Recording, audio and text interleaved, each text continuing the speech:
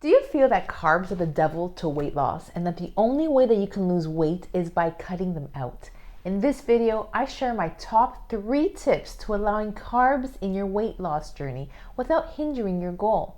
Welcome to my channel. I'm Mel and I'm a registered holistic nutritionist. On this channel, I simplify nutrition and holistic wellness with a large focus on mental health. If you find my content useful, be sure to subscribe to my channel for more similar videos. Give me a thumbs up and let me know below what topics you'd love to see more videos on. There are so many fad diets out there that restrict carbs. And you know what? They work.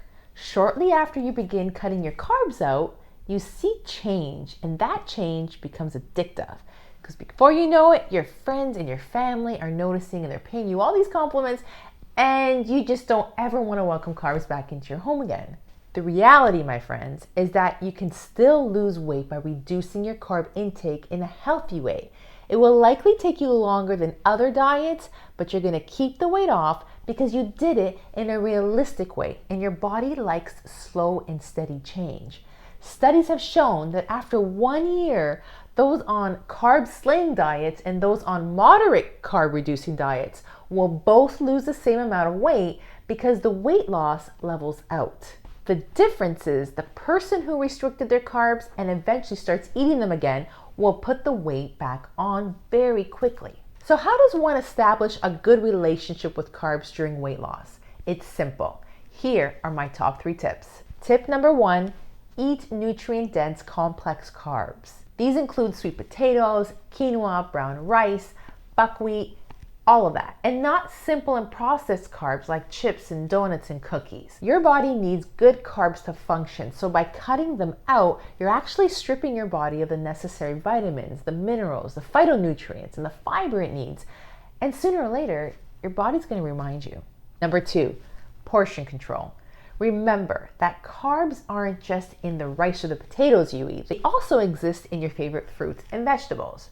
And that's all good. To keep things simple, visualize your plate by portioning it out accordingly. So half the plate filled with low-starch foods like green leafy vegetables, broccoli, cucumbers, all that. A quarter of your plate with high-starch foods like your whole grains, your potatoes, legumes, fruits. And the last quarter of your plate with lean protein like meat, fish, eggs, nuts, seeds, tofu. If you're consistent with this and you cut out all the junk, you drink water, you exercise 3 to 5 times a week, you're gonna lose weight and it's gonna be sustainable. Consistency is key. And lastly, tip number 3, eat whole food carbs. Remember, carbs are not fattening. It's the sugar and the high calories within them that make you gain the weight. So this applies to all the packaged and processed foods in your pantry. The less ingredients on the package, the better. Your best bet is to stick to whole foods. So an apple, a spinach salad, a cucumber do not contain ingredients. They are the ingredient.